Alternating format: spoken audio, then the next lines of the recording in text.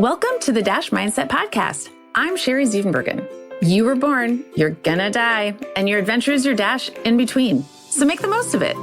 Unlock your potential in all aspects of your dash by embracing your uniqueness and living in a way that's authentic to you, not by doing more things, but by focusing on the right things. I'm a former corporate leader turned coach who's on my own journey, and I'm passionate about helping you on your journey too. So on the podcast, we'll explore how to live authentically by deciphering who you truly are and what you truly want. Are you ready to take a step toward designing your dash? Someday doesn't actually exist, so let's do it now.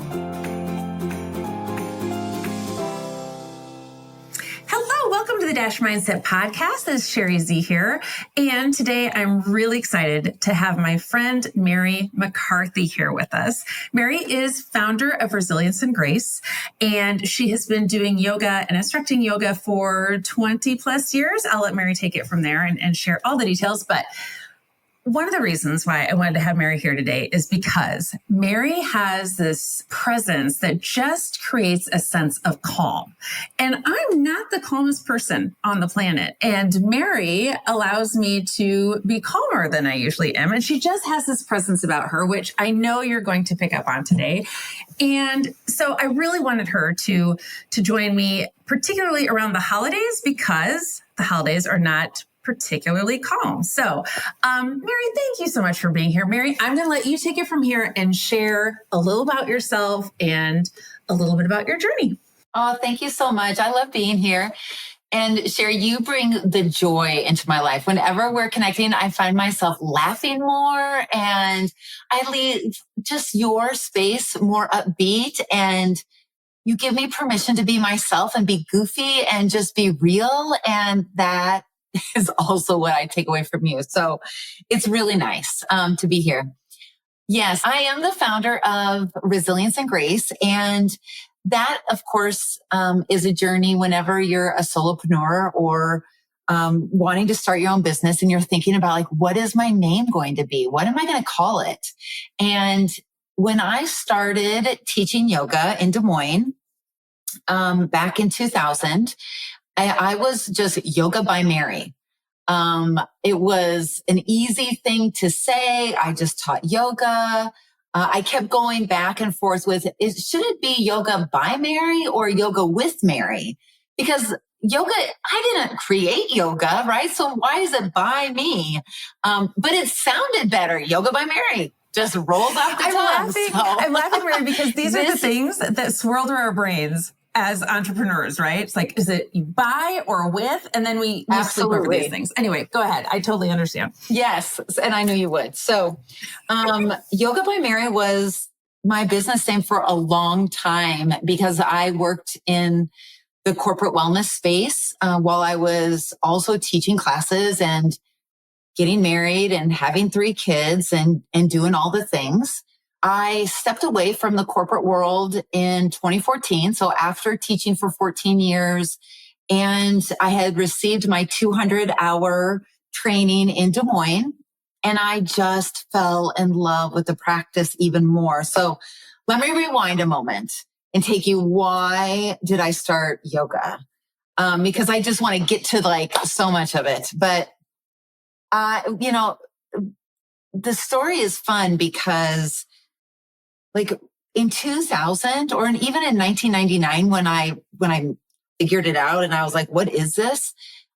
No one was doing it.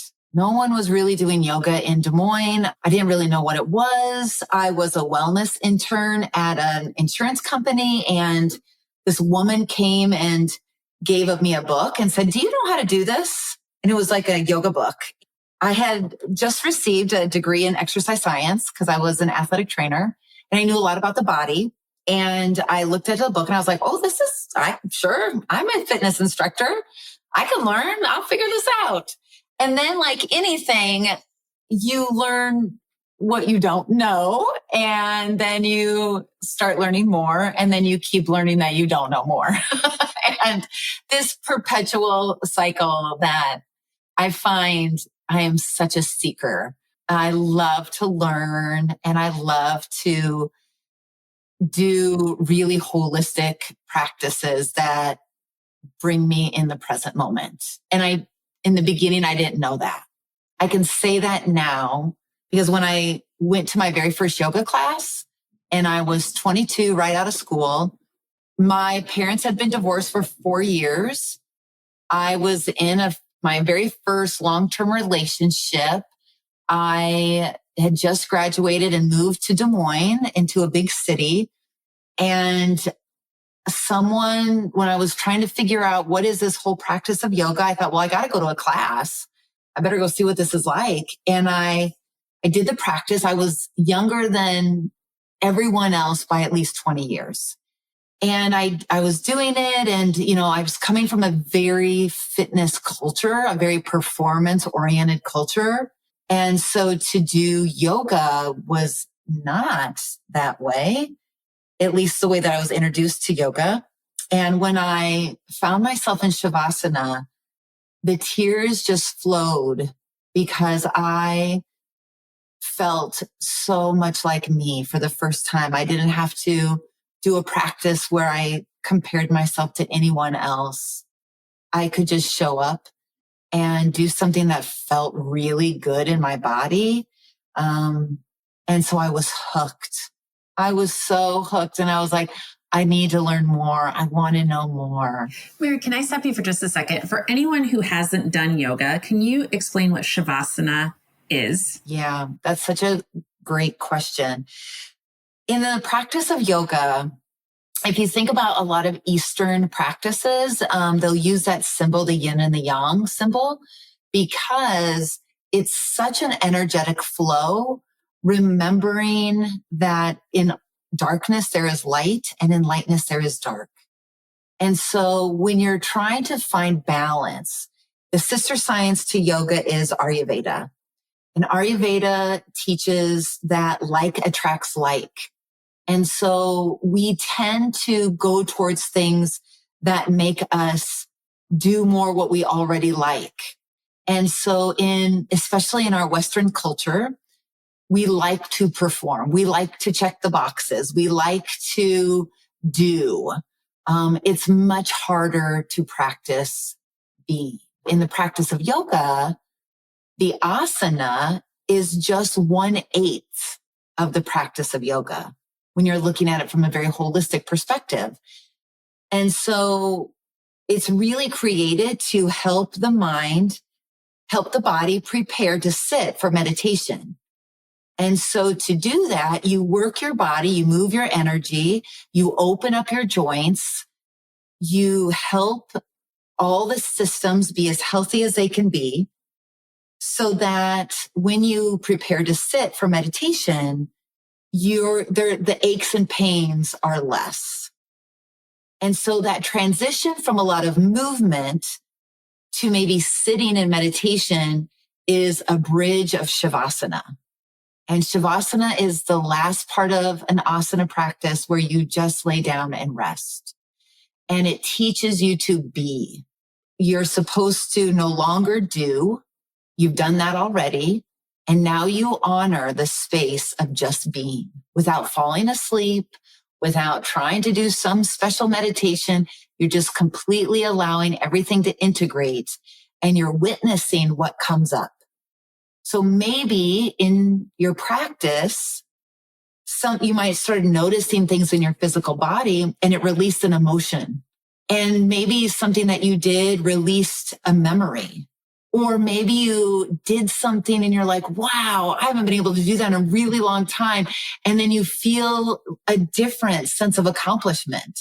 And so Shavasana is that integration of like, oh, let's just create this moment of acknowledging what is without forcing it to be something else. That is such an unbelievable explanation. I generally think about it as the time at the end of yoga where you just lay there for a while. That's my explanation, Mary. That was far better than mine. And I got to tell you, the first time I did yoga and we had Shavasana, I had a really hard time just being. My mind was all over the place thinking, what is happening right now? How long are we going to do this? When are we going to do something else? Are we done? My brain was all over the place. So it's funny to me now because when I do it now, I really appreciate it and love that, because it's something I'm more accustomed to. But so can you tell us more about what was your reaction, I guess, kind of to yourself when you just kind of released all of that emotion the first time you did yoga and you were in Shavasana? Was your brain thinking, what is happening? Or was it just, what was going on?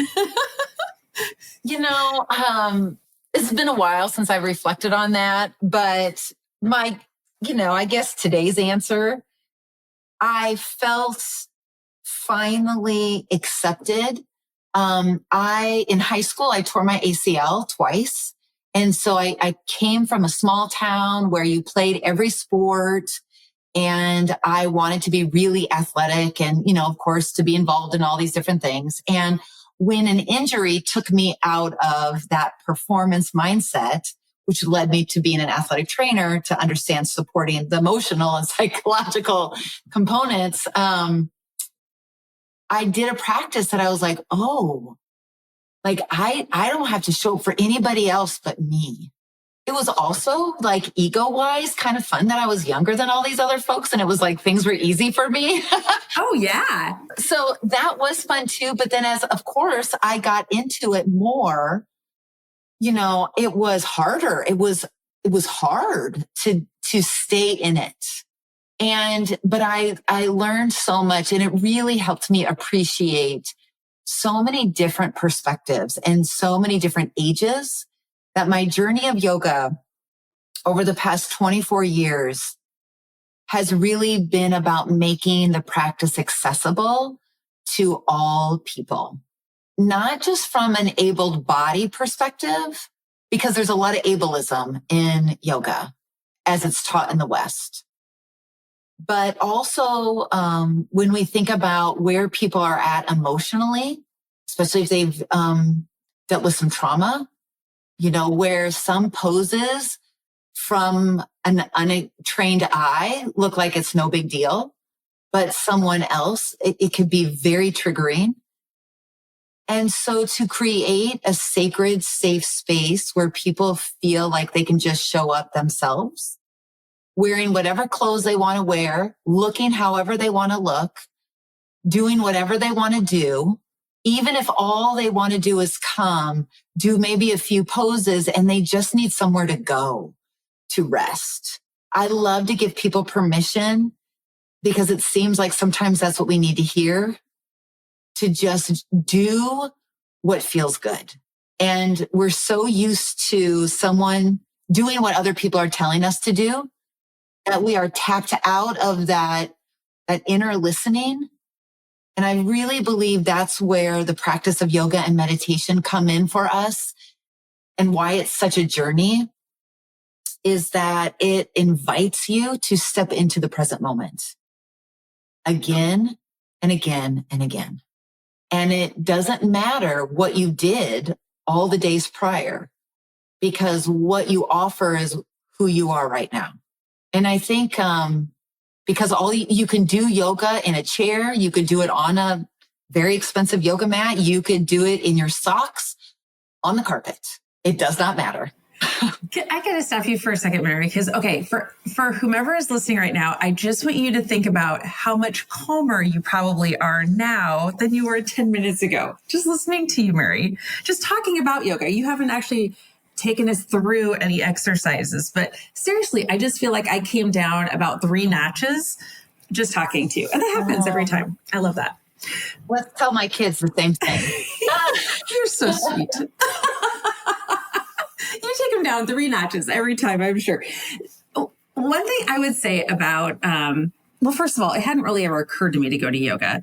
And it was so long ago at this point, I'm not really sure what went through my mind. But I suspect if I were just being introduced to yoga now, I would think, okay, so that's going to require me to go out and get Lululemon gear, and I will probably look ridiculous relative to everyone in the class, and blah, blah, blah, blah, blah, all of these things, right? And also, who has time to sign up for a class, and who wants to commit to a class when there's all this other stuff to do? And then you have to actually go to the class, all these things that we tell ourselves. So one of the many things I love about you is that, like you said, you help everyone and you meet them where they are. And you just give exercises that can be done in a chair for 3 minutes. It's not like you have to sign up for classes and take 2 hours out of your day. Yeah, I love that too. It's taken a while to shift the mindset, right? Because people do have this idea, I've got to devote 90 minutes to a class or 60 minutes or, whatever it is. So I think more experienced teachers who are outside of the fitness realm of yoga, but more in the conversation around what is really yoga and what does this mean? Because the word yoga in Sanskrit is to yoke or to unite. And so we're uniting the sun and the moon energy. And that's why there are very energizing poses and things that help us feel strong and resilient and capable. And, we can do just a couple things that make us feel so good. And then that moon side, that very reflective, soft, feminine energy comes in. And it's I'm so close to burning out that all I want to do is check out. And instead of checking out, we learn to do other practices like restoratives and just postures that are so nourishing. And so it's yoga can really be what we need it to be because there are so many different ways to do it that when you find a teacher or you find a free YouTube channel or you sign up for an online studio or you read a book, however you access this information, it's the more you go into the practice and understanding, you're oh, this was created to help me in my mind. So since there's so much anxiety and depression in America, and it is all over the world, and this is becoming more of a mental health epidemic, the practice of yoga and meditation is a tool to really help people access their own internal tools so that they don't have to look outside for substances or distractions.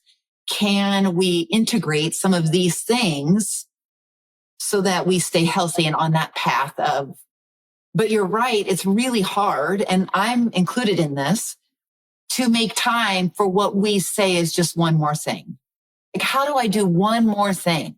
And when you start to practice more, you start to realize, how do I not do this? I am such a better human being. I'm more responsive instead of reactive, right? I make different choices. I'm kinder. I move from a place of love and generosity instead of judgment and fear. And so what many yoga teachers have shared throughout the hundreds of thousands of years is that what you practice on the mat is how you show up off the mat. And so we come to our mat with the journey to have awareness of who we are, where we're at, what do we need, where am I at in a season of life, so that we step off our mat and we can engage in the world in a way that really aligns with our true selves. That's so good. You sound like you've been doing yoga for over 20 years, Mary.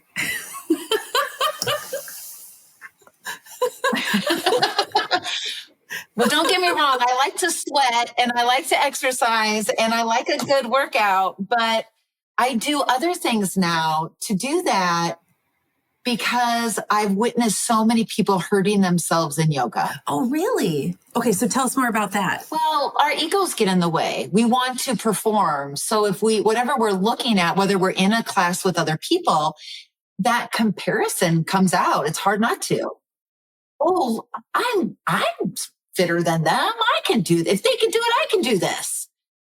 And what we don't know is what's happening underneath, right? And so it's really easy to compare. And so what I really like, when I teach in person, I love to teach in spaces that, first of all, are in nature. I love outdoor yoga classes because there's just an element of connecting to nature. I love to be in spaces that do not have mirrors. No one needs to look at themselves, right? This is a practice of feeling what's going on inside, not how do I appear on the outside? Because who cares? A really experienced yogi is someone who can move through the practice in a state of ease and contentment. Even when the physicalness of it is hard, can your mind still stay in this place of ease and contentment? Or can I give myself permission to back off? Can I listen to what my knee is saying, what my hip is saying, what's going on in my back, so that I slow down enough to prevent injury? So that as I age, I'm going to age well, doing all the things I want to do because now I've paid attention. Oh, it's interesting to me because I never really thought about the fact of someone, or the thought that someone would get injured during yoga, because it seems like such a time of renewal and healing rather than getting injured. However, as I say that, thinking back to certain things that I was unable to do in yoga, if I had really pushed myself, I absolutely would have gotten injured. I think part of it is I lack any sort of competitiveness. So I just thought, no, this isn't going to work out. And I just stopped. So what would you tell someone who recognizes the fact that maybe they don't have the sense of calm in their life that they would like or desire, and they probably don't even realize that they lack it because we don't stop long enough to actually think that through. But if someone does think, oh, you know what, I could actually use more, I could actually throw some calm into my life. I could actually remove some of the crazy in my life, and yoga would be great for me. What would you tell that person? Would you say, oh, you know what, it requires an hour a day, every day, or 2 minutes, or what words of wisdom would you share with that person? Yeah. Well, of course you're going to know that I will say, no, it does not take an hour. However, it does take the curiosity to pause, to step away from all the distraction, even if it's just for a minute. So I'm happy to do that with you right now. Okay. So if you would like, listeners would like to do this, even if you're driving, and listening, keep your eyes open and just go with me. But if you can stop whatever you're doing and find a place to sit down with both feet flat on the ground and sitting up tall, that would be really lovely. So close your eyes and just rest your hands in your lap in a very comfortable position, and allow yourself to feel your body. Just notice how your feet are touching the ground. Notice how your hips are connected to the support you're sitting on. Notice how you are sitting upright. If there is sensations in your physical body that are familiar to you, or if you're noticing sensations that might be new. We're doing a mental scan of our physical body to bring ourselves into the present moment. Now shift your awareness to your breath. Notice how the mind can move from one thing to the next. And as you breathe in and breathe out, let your mind feel the breath. So I'm going to encourage you to breathe through your nose if you can. But as you breathe in, can you sense and feel the breath is cool? And as you breathe out, do you notice that it's warm? So we can pay attention to the temperature of the breath, which is a physical sensation. But you can also now pay attention to the flow of the breath. Is the breath smooth, or are there pauses? Does it feel rushed? Or are you in a place where the breath is at ease? Our breath can tell us a lot about our mental state. And as we stay just breathing, the breath becomes a bridge between mind and body. So now I'm going to invite you to count your breath mentally to yourself and count your breath on an inhale of 4 or 6. And then exhale for that same number. So this is an even breath. Inhaling for 4 and exhaling for 4, or whatever number you choose.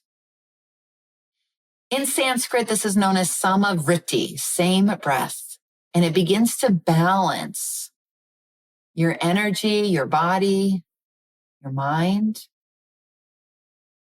so that the transition from inhale to exhale now becomes smooth. There's no holding, no pausing. And you might even feel like you can increase that length to a 6 or an 8. And as the breath slows down, you start to feel yourself moving into a state of equanimity, to a state of ease. And the mind becomes calm because you've given it something to focus on. This slow rhythm of breath coming in and going out.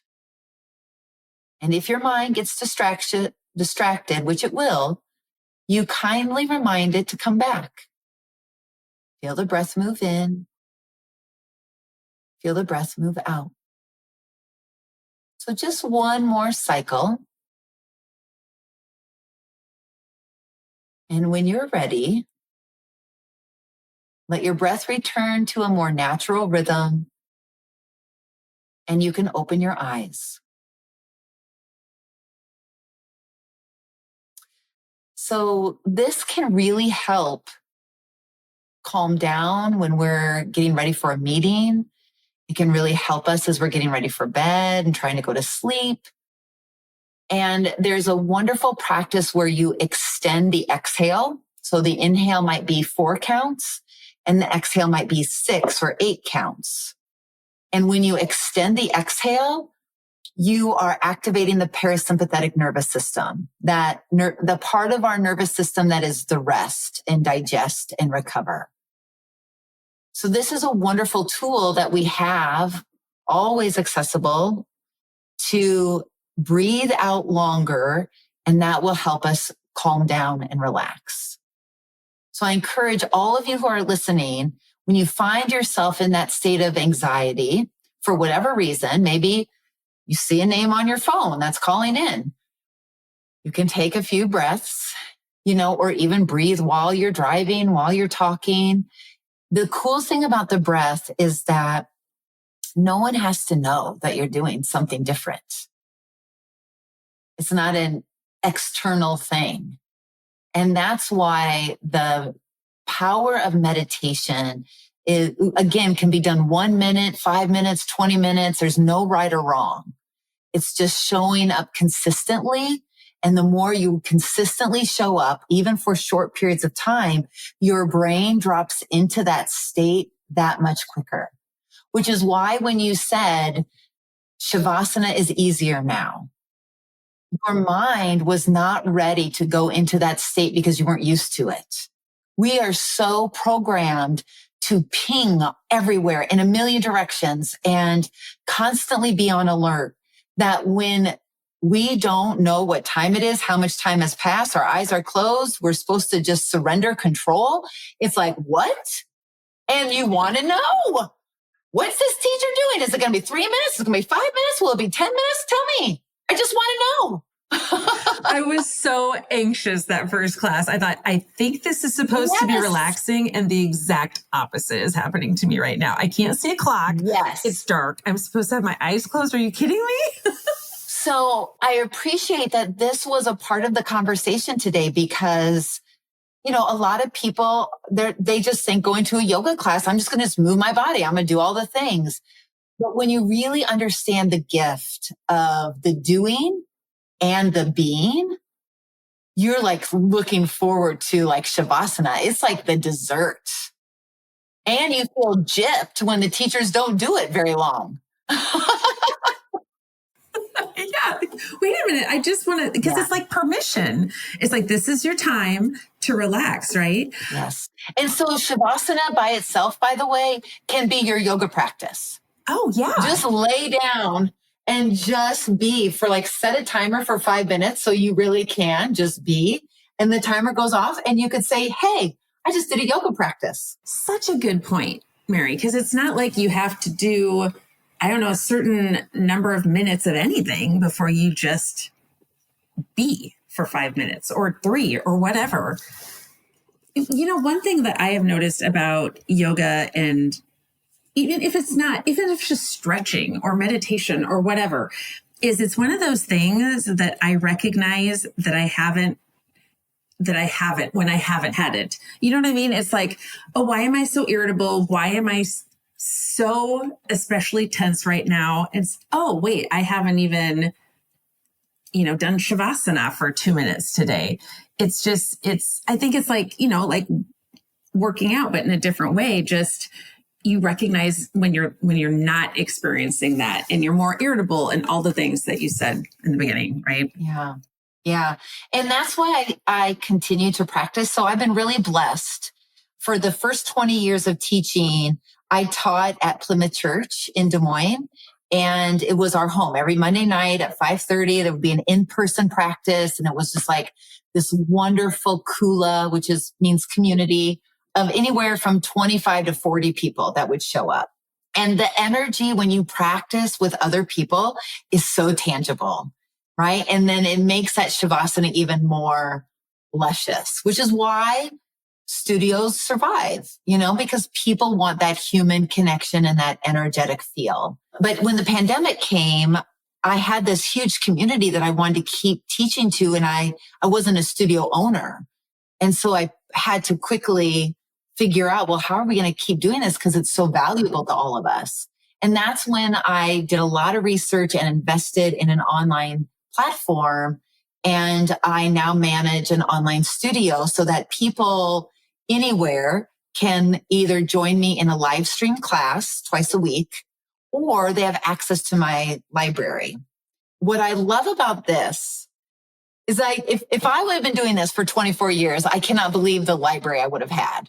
And I would have been so fun to just watch me evolve, right? Because as a teacher, like the more lived experience you have, you evolve and so, or one would hope. So, anyway, so even in the 4 years that I have recorded classes, like my library now has 450 classes, and I've been able to create all these different types. So what's really fun about this platform that I use is that people can search, do they want a 10-minute class, a 20-minute class, a 60-minute class, like based on time, based on level of intensity, based on style of yoga, like if you want restorative or gentle or chair or a more traditional hatha yoga practice. And I even have it so that people can go, oh, I really need a neck and shoulder class. Like I have so much tension here. I want to filter by this, or my hips really hurt, or my back, or I want core strength, or I want an energizing practice. Like it's really been fun to write descriptions and think about class names. And my husband and son take a picture for me so that in my library, like that thumbnail, that's really taken the day that I teach a class, because I'm wearing the same clothes. My hair looks the same. What you see in the picture is what you get when you turn on the video. Oh, I love that. Okay. One thing I want to point out is for anyone who is thinking, okay, I don't know what some of that stuff means. So you mentioned a particular type of yoga. I don't even remember what it was. Hatha? Yes. If there's someone who is who stops and thinks, okay, I don't know what that means. How would I possibly choose? I would encourage that person to think, okay, do you know if your hips hurt? Do you know if you're tense in your shoulders? And you can just try it, right? You don't need to know anything about yoga, right? That's so true. And, I've taken that into consideration because there's so many folks that I've encountered over the past years of like, how do I even get started? I'm totally lost. And so I've curated some of my favorite classes that are perfect for beginners, like an intro to yoga. So people can really go on a journey a little bit and have it mapped out for them. But for those who are more explorative and maybe they've been on this journey, maybe not right now, but in the past, and they know a little bit, then they can kind of navigate it themselves. Or maybe you just show up when I teach the class live stream and you go, well, whatever Mary does is going to be good enough. Right.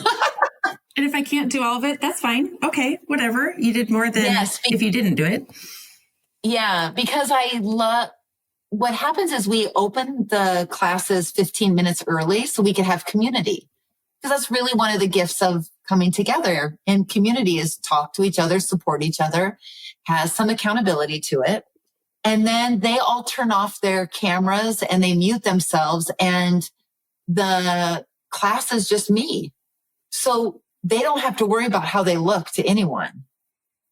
And then we do the practice together and it's recorded so that it can be saved later. But then if they are doing it live stream, if they want to, they turn their cameras back on at the end and we all say goodbye. Oh, that's great. So it feels like you're together even though you're at home. Oh, that's great. It's kind of the best of both worlds. Yeah. It's like, I don't have to get dressed up, drive in the cold or in the dark or whatever the thing is, but I still want to be with people. And that's a real reason, right? Especially in Iowa in winter, the idea of just going to your car, putting a coat on, all of that. Those are valid reasons to not go anywhere. So I love that. And then there's that community. Something I would love for you to talk about a little bit, Mary, is how exactly, and I don't know, to what degree you want or can explain this, but how exactly should someone breathe? And the reason I'm asking you to talk about this is because when I was, I don't know, in my 30s, I don't know, somewhere between the age of 20 and 49, which is where I am now, I went to physical therapy. And though my PT said, because I had headaches a lot of my life, and the PT asked me to breathe. And I just thought, that's the dumbest thing ever. Why am I breathing? And then she told me I wasn't breathing right. And I thought, are you kidding me? I mean, I've gotten this far in my life. Clearly, I know how to breathe, right? But and she's lovely, by the way, but I just was so confused. But I was breathing. When I was breathing, my shoulders would raise, right? And I thought, how have I gotten this far in life? And of course, I've had headaches if I'm not even breathing right. So could you just talk a little bit about that? Because it's something I had never, ever considered in life. And I don't think we teach people how to breathe. So I trust that you can. Well, I can a little bit, right? There's a fantastic book called Breath, and it's written so well. And it talks about all of the scientific things about breathing. And that's a whole thing. But what I can do now to kind of keep us in line with that calm sense of like, how do I help decrease the stress and anxiety so that I can breathe well, so that I can reduce headaches and I can reduce the tension in my jaw or my neck or whatever. But that diaphragmatic breathing, that breathing down into your belly is so helpful. So what I like to do is teach people, and again, you can do this with me now or try it later. Put one hand on your chest and one hand on your belly. Then close your eyes again so that you're not paying attention to anything, and just take a deep breath and notice which hand moves more. Okay, so breathe out and open your eyes. If you are the person that says, yes, my chest moved more, you're breathing more in your upper lungs. This is a more energetic breath. There's more tension in the neck and shoulders. But if you were someone to say, oh, I actually felt my top hand stay still, it was my hand over my belly that moved, then you notice the breath went down And the diaphragm, as it went down, helped the belly go out, so that when you exhale and you force the air out of your lungs to go out, that's when the diaphragm goes up and your belly goes in. So if you continue to hold your hands, one hand on your chest, one hand on your belly, you keep your top hand pretty still and just move your bottom hand. And then it's like you can feel the breath move into the belly. So from an energetic perspective, the energy of the breath goes down. And then when you exhale, it goes up. And it's very grounding then.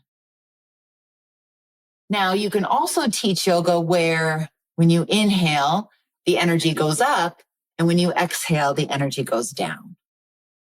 Energy in Chinese and medicine, or in Ayurveda medicine, it's like that's chi or prana, the words that are used in a lot of Eastern medicine practices. So not only is the air that we are bringing into our body, our breath, but of course, then the whole concept of breath of life and this whole energy. And we can manipulate the breath and the energy flow, which is what direction we're intending the breath to move in. So that's called pranayama. That's a whole another limb of yoga. And that's where the asana, or the movement part, is bridged. Pranayama bridges the meditation and the contemplation component, which is in Sanskrit called dhyana and dharana. So there's this beautiful sequence that's taught in yoga. It's like, okay, let's get our body really opened so that the breath can flow with ease, so that the mind can ultimately be in a state of contentment. Oh, that is so cool. And I love that you know all of this and you can just spew all these words and they make sense. And it just, I just love all of your explanations to things. Oh, thanks. Well, it does help. I think for a lot of us, like I shared with you in the beginning, I'm a seeker. I've been curious. I want to know why. And as I've learned, it helps reinforce why I put the effort in. Why do I keep doing this? It definitely has rewards. There's a lot of mental health in my family. There's a lot of addiction. There's a lot of, for most of us, people are suffering. I didn't know it at the time, but when I found the practice of yoga, it really ended up being something that has saved me in so many ways. And it has reminded me that whatever else is going on out here, whoever doesn't like me, whatever job I don't get, whatever is my kids don't like, really we are invited to just keep coming home to ourselves. And like we are made to be this unique, amazing human being. And this just uncovers the light. So that's why at the end of a yoga class, and this maybe can be the last thing that I share, but the word namaste, the reason why it's shared, it means the light in me honors the light in you. And the practice of yoga is to uncover so that the light can shine. Because we as humans keep putting more and more things on us. The shoulds and the titles and the responsibilities and all the things, and we get buried. And the practice of yoga is to like help us, and many other practices, not just yoga, but this is the one I like, right? It's like, it's to uncover that and be like, no, like who you are, keep showing up as you.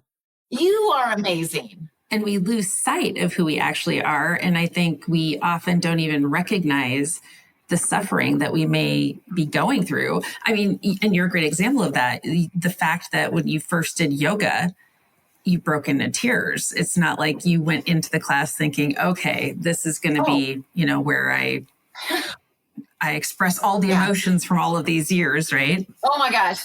No, I was scared. I was like, no one's looking, right? Wipe all the tears off my face. I don't want anyone to see that I was crying. Because we're just supposed to be fine all the time. Yes.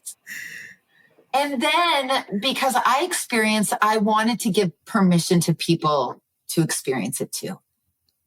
Like, how awesome is it to hold space for others to just be themselves? Like, that's so rare. And that's such a value for me and the way that I want to keep showing up. And I think that's what's helped me be successful as a yoga teacher and why I have all these awesome older people in my classes.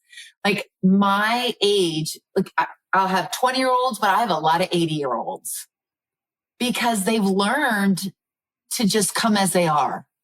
Yeah. And it like we are all practicing together. It does not matter. And you just have that way about you anyway. I mean, I absolutely feel like I can do whatever, be whatever I want to be around you. And you just welcome that. And then when you have this sense of calm and you're doing yoga in addition to that, it's just, I mean, it just makes so much sense that 80-year-olds would practice with you and just know that, oh yeah, it's fine. Mary's going to take care of me. You have just such a welcoming demeanor, and yeah, you're just an amazing person all around, Mary. So I love that you're doing this and helping the world. Okay, I have 2 questions for you. The first one is, what would you tell the younger version of yourself, knowing what you know now? Thank you for the opportunity to think about this. I have uncovered for myself all these different quirks that we all have, right? And I used to be so ashamed. I used to think like why do I cry so much? Or, I worry about this or I think about this. And I would just tell my younger self just to trust and like to remember that you are just this beautiful human being. And just to keep showing up as you. I'm grateful that I am on this journey. This practice probably helped guide me to who I am quicker than I would have gotten otherwise. And I was so afraid for so long, like once I got injured, that not being able to perform in a certain way in my own physical body was going to be just life-altering in a negative way, and it was life-altering in a positive way. Oh, that was so well said. And I'm sure you felt like, you lost your identity, at least how you identified yourself, who you identified yourself to be at that point in your life. And you were in your early 20s, or you were 20, right? Oh. I tore my ACL when I was 14 and 15 years old. It was awful. 15 and 16. Oh, it was awful. And I was in a wheelchair in high school for a couple of years because of the way they rebuild my ACL, and it was awful. And my younger self had a lot of shame. The work of Brene Brown and growing up with Oprah and Ellen on these TV shows and these incredible books that I have read in my life. It has all been so life affirming. And I love that you've accepted your quirks. Who wants to hang around with people who don't have any quirks? That would just be so boring, wouldn't it? No kidding. Yeah, no thanks. That must be why you and I like each other so much. Let's just be real. Yes. I just want to be real. Let's just be real. Okay, my last question for you, Mary, is where can people find you? Oh, yeah. So my website is just my name. It is mary-mccarthy.com. And it's so fun. This website is fun.